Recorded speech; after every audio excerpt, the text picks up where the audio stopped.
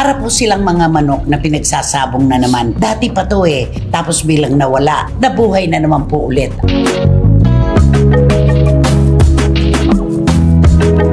At matindi po ngayon ang pagsasabong sa kanila ng kani-kanyang kampo. Ang tinutukoy natin, Pia Words back at Heart Evangelista.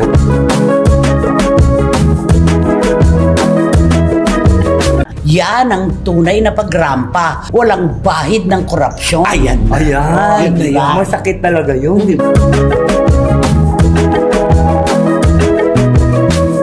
Pero wala tayong magagawa. Panahon ni Pia ngayon dahil nagkaroon ng problema naman si Heart Evangelista dahil sa kagagawa ng kanyang asawa. Yun naman.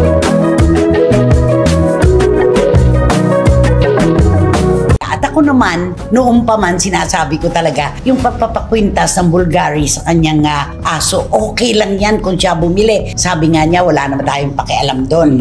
Pero kung wala sanang inirereto, isinasabong at wala kang pinatutungkulan na tao. Yes. Titira ng kolumnista na si Christopher Min, napatrubak sa ginawang pamamahiya ni Heart Evangelista kay Pia Wurzbach.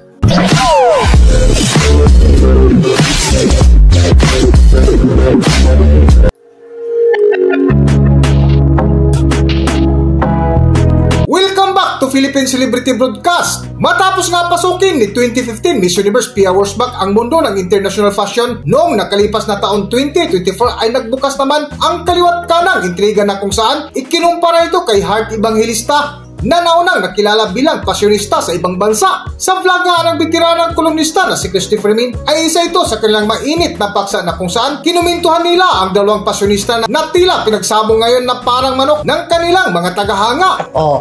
Ito talaga. Para po silang mga manok na pinagsasabong na naman. Dati pa to tapos bilang nawala, nabuhay na naman po ulit. At matindi po ngayon ang pagsasabong sa kanila ng kani-kanyang kampo. Ang tinutukoy natin, Pia Wurzbach at Heart Evangelista. Sa palagay mo, bakit? Kasi nakapuntos nga ito si Pia Wurzbach. Ngayon, kasi hindi naka-attend po si Heart Evangelista ng dalawang sa Fashion Week sa Milan Paris at saka sa Paris. Okay. Kaya pinuri naman ng todo to si Pia. Pero sa kabila nagpapuri sa kanya, syempre meron pa rin bumako. May mga nega-nega. Ay, nega pa rin. Diba? Pero may pumupuri yung sumisigaw ng mga Pilipino na yan ang tunay na pagrampa. Walang bahid ng korupsyon. Ayan. Diba? Masakit talaga yun, di ba? Pero si Ann Curtis, di ba rumampa rin? Rumampa rin siya. O kaya nga, ang sinasabi nila, just Filipinos uplifting one another and sharing the same table.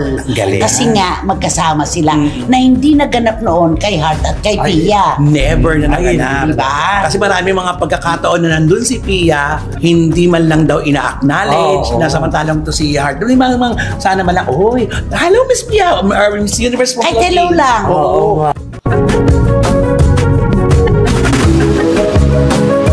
Sa patuloy nga ng kwentuhan ni Nanay Christopher Min ay sinaluduhan nila si Pia Wurzbach na umani ng papuri bilang international model na tila napag-iwanan ng bagya si Heart Evangelista dahil sa pagkasangkot ng kanyang mister na si Senator Chis Escudero sa maanumalyang flood control project na labis na apektuhan ng husto si Heart Evangelista at ilang linggo na hindi nagpakita sa Europa. Ano ba kaibahan ng pagrampa ni Pia at saka ni Heart? Naku, eto na nga. Pagkumparahin mo nga. Kasi ito si Pia sa runway. Runway, rumarampa. Ito si Heart, bago magsimula ang fashion show, doon muna sila sa labas. Doon sila nagrarampa. Yung mga parang iskinita doon. Yung bago, yung pinapasukan ng mga modelo, di ba? Hindi siya sumasabay. Hindi siya sumasabay. Doon sa red carpet. Kaya doon naman nasilipan si Heart na sabi, si Pia nga nakakarampa sa entablado, ikaw panglabas lang. Yun. At ang daming naniwala na akala nagrarampa sa entablado si Heart. Ay, hindi. Wala pa siyang moment na gano'n. Wala raw karapatan si Pia. Ay, naku. Na rumampa. Bakit naman muna karapatan si Pia ay una-una may pangalan si Pia at pangalawa may corona si Pia, di ba? Kilalang kilala siya sa buong mundo. Miss Universe. Miss Universe siya. Di ba? Pero kasi sa Pilipino kasi, di ba, kung sino kasi yung nauna, OG yun alam mo yun, ako yung naunang rumampa 2-0. Oo, di ba? Ako yun ako sa ating lahat, ako yung naunang rumampa doon, kaya kahit ano pang gawin nyo, kahit na maagaw nyo pa sa akin yan, ako ang nauna. Isa nga sa binalikan ni Nanay Christopher Min ay ang kontrobersyang post na ginawa ni Heart Evangelista na tila pinatamaan at minamalit si Pia Wurzbach. Ito'y ayon sa mga lumabas na komento ng ilang netizens nang makita nila ang alagang aso ni Heart Evangelista na nakasuot ng kwintas na kahawig sa kwintas na suot-suot ni Pia Wurzbach na umali agad ito ng matinding bash laban kay Heart Evangelista. Pero wala tayong magagawa. Panahon ni Pia ngayon dahil nagkaroon ng problema naman si Heart Evangelista dahil sa kagagawa ng kanyang asawa. Yun naman ang nakakalungkot. Alam nga naman pumunta doon si Heart para lait-laitin lang siya. At sabi nga niya, baka siya batuhin ng kamatis. Kaya si Pia naman, dahil wala naman silang problema ng kanyang mister na ganito kaya Senator Cheese, nandun siya. Rumampa, di ba? Kaya ito naman mga taong to, binabalikan pati yung pagrapa yan, pagkakataon na kasi wala si Heart. Mga ganyan na, dahil wala si Heart, naka-eksena ka. Nakasingit ka. Hindi po nakasingit. Kinuha po siya talaga na modelo doon. Endorser po siya ng 2 branded products at Miss Universe po siya. May karapatan siyang rumampa dahil siya po'y kilala ng buong universe, di ba? At saka hindi ka ba may insecure kasi kay Pia? Matangkad. Antangkad. Oo. Yan nga yung matinding insecurity siguro ni Heart kasi maliit lang siya. Oo. At saka di ba kailangan pagka modelo ka, kailangan importante kasi yung height eh. Yan kasi ang pinag-anuhan eh. Kasi puntos kagad kasi yun eh. Unang-una yung damit, pwedeng pagpalitan nyo. Kasi pagka-Heart, pasadya lahat yun. Tinatahi talaga sa kanya para sa yung kanya. Para sa kanya lang. Para sa kanya lang. Diba? Okay, ganyan ang ating pagkukumpara sa kanilang dalawa. Maraming kumakampi kay Heart, marami rin kumakampi kay Pia. Basta panalo silang pareho dito. Kaya lang panahon ni Pia ngayon at si Heart ay meron dinaramdam. Pero ako, alam mo, meron akong mas naiisip na dahilan kung bakit naganap ang mga ganito. Kasi mapanginis naman talaga si Heart eh. Ayan din. Naalala mo yung pinagkwintas niya ng Bulgari, yung kanyang Aspin.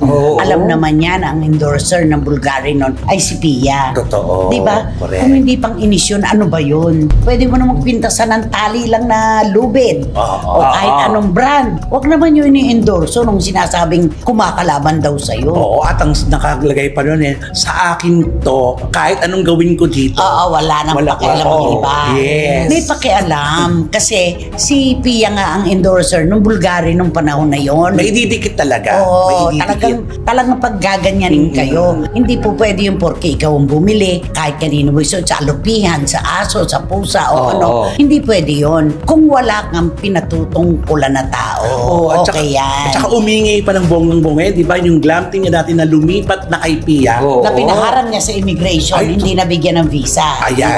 Yun ang umingi yun. At saka yun ang lumabas talaga na chismis talaga na nasabi, naku, walang dyan, kundi sila ni Heart na nagpaharang niya. Kasi si Pia ayos nung glam team di ba? Yun yun. Okay. Yun yung maaalala talaga. At ako naman, noong pa man, sinasabi ko talaga, yung pagpapakwintas ng Bulgari sa kanyang aso, okay lang yan kung siya bumili. Sabi nga niya, wala naman tayong pakialam doon.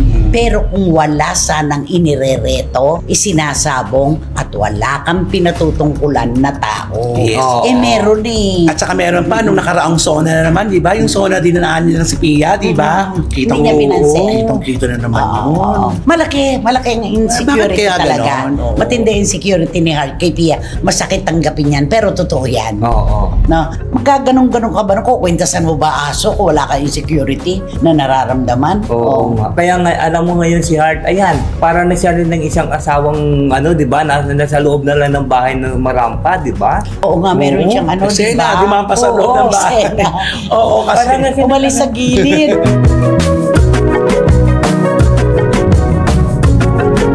Sa dulo nga ng paksa ni Nanay Christopher Min ay napuna nila ang ugali ni Heart Evangelista na napakahilig pumurma sa loob ng bahay na kung dati ay napakanormal lang kung makita. Ngunit ngayon ay may ibang kahulugan na dahil sa pagkasangkot ng kanyang asawa na si Cheese Escudero dahil sa mga anomalyang flood control projects. Para sa buong kwento, narito ating panoorin ang video.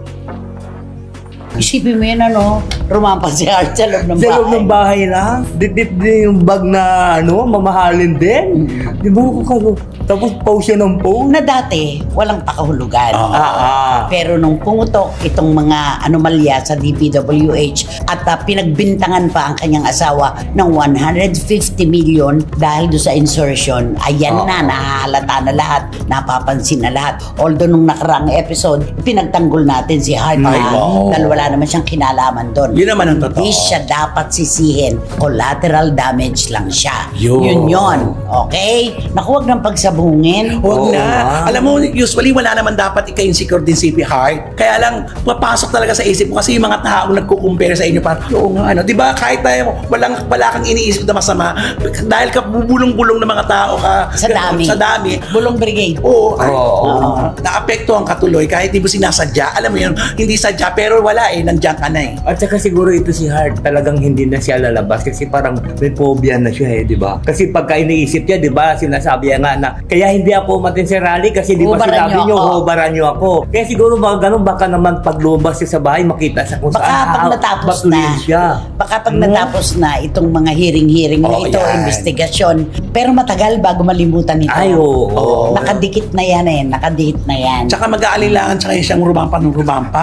Hindi bale, sa gilid lang naman na iskinita. Sa bagay. Pero Diba? yung mababawasan yung ano niya At ngayon sa loob ng bahay, di ba? Oo. Ikaw pinagtatawanan mo si Hart. Oo. Hindi ko ginaloko na ako. Bakit pati sa loob ng bahay ba magrarampa ka doon? Kasi syempre Kasi namimiss nasanay niya. siya eh. Naku. Namimiss niya yun. So, ganun ang bis niya. Pag magluto siya, ganun. Magluluto siya ng Magluluto siya ng corn beef. Corn beef, di Oo, ba? di ba? Siya. At saka ng loaf. Di ba naka-postora ganun ito? Nagpe-paint siya. Oo, Ganun. ganun. Oo, diba? Hanggang dito na lang muna ang ating video at kung nagustuhan nyo, huwag kalimutan mag-subscribe at pindutin nyo na rin ang notification bell para ma-notify kayo sa ating susunod na video. Maraming salamat!